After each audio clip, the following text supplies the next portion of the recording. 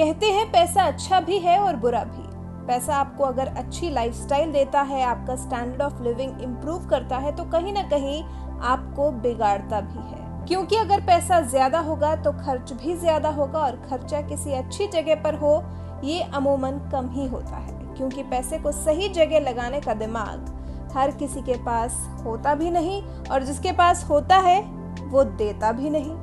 अब बात अमिताभ बच्चन के शो कौन बनेगा करोड़पति की ही करें तो हर सीजन में कम से कम कोई ना कोई तो ऐसा निकलता ही है जो करोड़पति बनकर वहां से लौटता है। साल 2011 में 5 करोड़ रुपए जीतने वाले बिहार के सुशील कुमार तो आपको याद ही होंगे, जिन्होंने 5 करोड़ की राशि जीतने पर खूब चर्चाएं बटोरी थी। लेकिन वो ज्यादा दिन तक इस नाम को कायम नहीं रख सके, क्योंकि अथाह पैसे ने उन्हें बर्बाद कर दिया।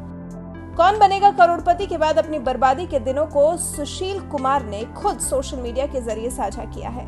सुशील कुमार ने आप बीती सुनाई है कि कैसे केबीसी में जीतने के बाद उनके जीवन का बुरा दौर शुरू हो गया, कैसे उन्हें शराब और सिगरेट की लत लग गई। अपने फेसबुक पेज पर सुशील कुमार ने लिखा, केबीसी की जीत के बाद लाइफ काफी मुश्किल हो गई। लोकल सेलिब्रिटी बन गया। महीने भर में बिहार में ही 10 से 15 दिन किसी न किसी कार्यक्रम में जाना शुरू कर दिया। पढ़ाई लिखाई बिल्कुल छूट गई। मीडिया को लेकर सीरियसनेस बढ़ गई। अलग अलग बिजनेस में पैसा लगाते गए और पैसा डूबता चला गया।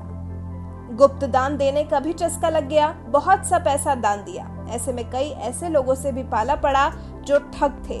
चापलूस लोगों के साथ रहने पर पत्नी ने टोका भी, लेकिन नहीं सुनने पर पत्नी के साथ भी रिश्ते खराब हो गए। कुछ कारें खरीदी, दिल्ली भेजी। इस सिलसिले में दिल्ली आना जाना पड़ता था, क्योंकि लोग मुझे जानते थे। तो ऐसे में जामिया मिलिया इस्लामिया और IIMC से मीडिया की पढ़ाई कर रहे छात्रों से मुलाकात हुई। उठना बैठना बढ़ा तो साथ में बढ़ी शराब और सिगरेट की लत। उसके बाद भी पैसा तो अथाह आ ही गया था, तो फिर हॉलीवुड और हिंदी फिल्में भी जमकर देखना शुरू किया। ज्यादातर नेशनल अवार्ड विनिंग और ऑस्कर विनिंग फिल्में देखी, तो भूत सवार हुआ डायरेक्टर बनने का। डायरेक्टर बनने पहुंचे मुंबई, तो पहले लोगों ने टीवी से काम शुरू करने की सलाह दी।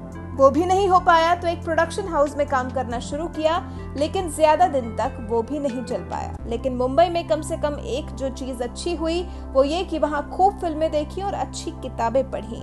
जिंदगी का मतलब समझ आया, खुद को समझने का मौका मिला, तो वापस पहुंच गया बिहार। टीचर की नौकरी के लिए तैयारी की। अब टीचर हूँ, एक स्कूल में पढ़ा रहा हूँ। साल 2016 से शराब नहीं पी है और सिगरेट की लत भी छूट गई है।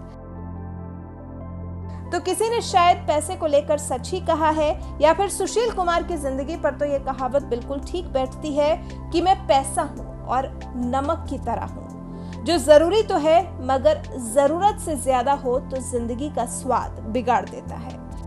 खैर, समय रहते सुशील कुमार संभल गए। सब कुछ गवा भले ही दिया, लेकिन कम से कम बुरी लतों से तो छुटकारा मिल गया और अब एक अच्छी नौकरी भी कर रहे हैं। आप सुशील कुमार की इस कहानी से क्या सीख लेते हैं, हमें कमेंट कर जरूर बताएं।